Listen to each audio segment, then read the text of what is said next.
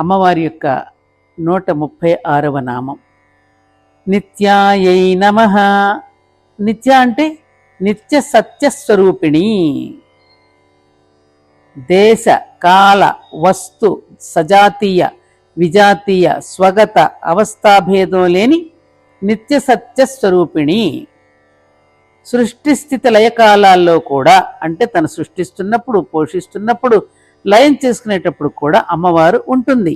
ఈ ప్రపంచం సృష్టి కాలంలో వస్తూ, స్థితి కాలంలో ఉంటూ, సృష్టి కాలంలో వస్తూ, స్థితి కాలంలో ఉంటూ, లయకాలంలో పోతుంది, మళ్ళీ వస్తుంది, ఉంటుంది, పోతుంది. ఇలా వస్తూ ఉంటూ పోతూ ఉండే లక్షణం ప్రకృతి అనే అమ్మవారికి నిత్యము ఉండేదే కదా.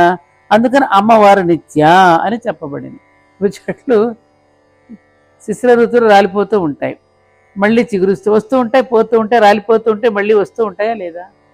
ఇక తిథులు కూడా చూడు, ఎప్పటి నుండి అలాగే వస్తూ పోతూ ఉంటున్నాయి. కాబట్టి తిథులకు కూడా అమ్మవారి అంశలుగా పోల్చి వాటిని నిత్య అన్నారు. అర్థమైందా?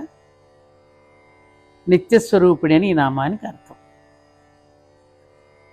అమ్మవారి యొక్క ఆలయంలో ప్రవేశించినప్పుడు అర్ధమండపంలో నిలబడి ముందుగా గంట మ్రోగించి అమ్మకు నమస్కరిస్తాం. అలాగే అమ్మవారి యొక్క నామాలలో ప్రవేశించే ముందు గంట మ్రోగించండి.